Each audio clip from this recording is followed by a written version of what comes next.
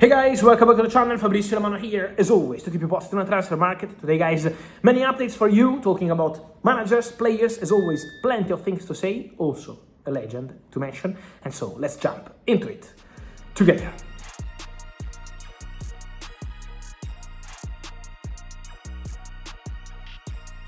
Here we are, guys, Champions League week, Champions League excitement. What a game we saw yesterday, Paris Saint-Germain, Bayern, fantastic game at the Parc des Princes, and for sure it's going to be exciting to see what's going to happen in the next games in Champions League, because it's going to be a crazy 7-10 days ahead with European football. But the transfer window is coming, and so we have to update you here every single day. The exclusive news from yesterday, today is reality, and tomorrow will be official. Kobbie Mainoo has signed a new contract at Manchester United today. So yesterday I told you about the agreement approved. Today, Kobbie Mainoo with his family, with his agent, was at Carrick to sign the new contract, June 2031. Increase the salary, official statement next, all confirmed. Here we go. Kobbie Mainoo stays at Man United. Fantastic news for the Red Devils, and a huge credit also to Michael Carrick, who was part of this process to keep Kobbie Mainoo with the best confidence possible, and now putting pen and signing a new contract.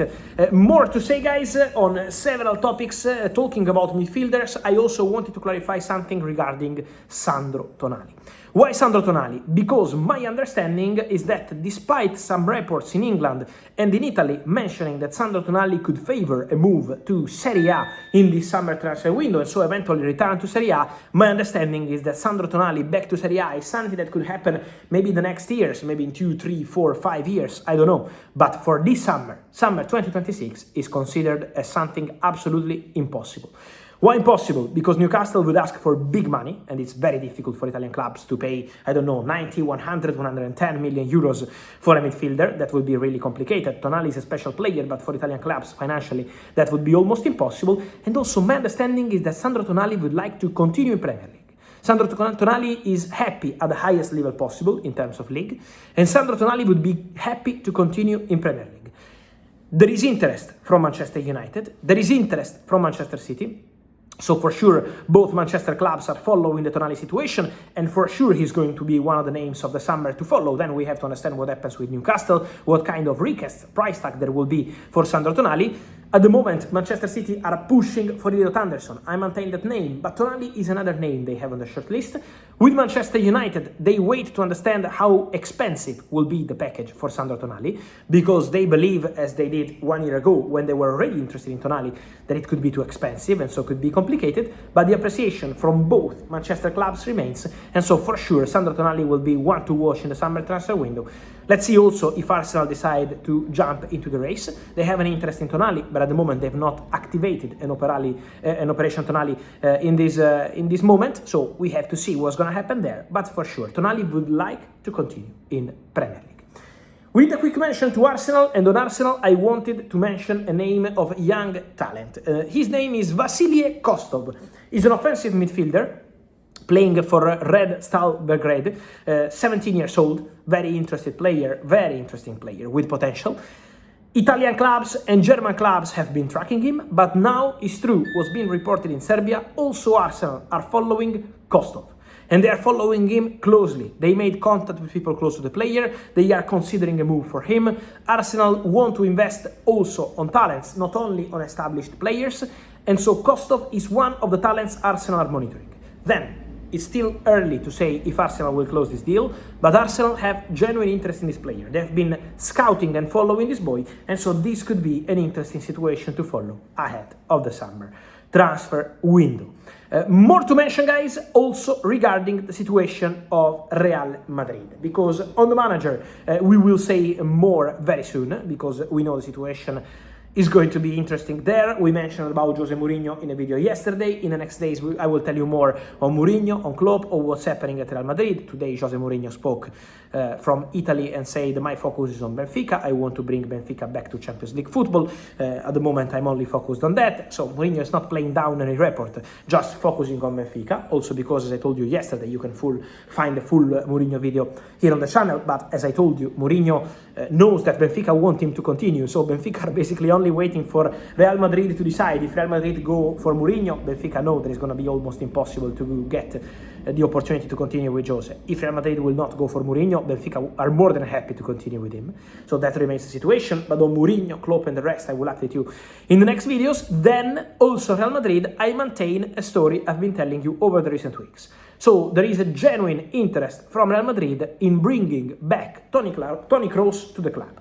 Real Madrid have been talking to people close to Toni Kroos and to Toni Kroos himself about this opportunity. It's a story being reported since March, and I've been telling you how Real Madrid really appreciate Toni Kroos.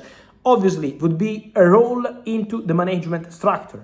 Then, Toni Kroos, before saying yes, no, when, how, he wants to understand what kind of role would be. So, how much would be the impact of Toni Kroos into the current strategy and into the current structure at Real Madrid. So the conversation will take place and we'll understand what Toni Kroos will reply, but for sure Real Madrid are becoming concrete on this topic. Real Madrid want to bring back Toni Kroos. Real Madrid, and when I say Real Madrid, is also in this case the president, Florentino Pérez, personally. He will decide personally on the manager, but also Florentino Pérez personally pushing for Toni Kroos to return because he believes that Toni Kroos has the Real Madrid style. Toni Kroos can represent Real Madrid as part of the board and not just as a former player, as a legend, in a fantastic way. Toni Kroos has the knowledge, the experience, the leadership to be an important figure internally with the players, of course, but also to give the right advice to people at the club. So there is this feeling, and it's an important feeling, between Toni Kroos and Real Madrid. Let's see how this conversation will continue, but for sure, it's an interesting story to follow. And just to finish, guys, don't forget about Nicolas Jackson. It's become official this week, but I already told you a long time ago, since January, I think, that Bayern will not activate the buy option clause for Nico Jackson.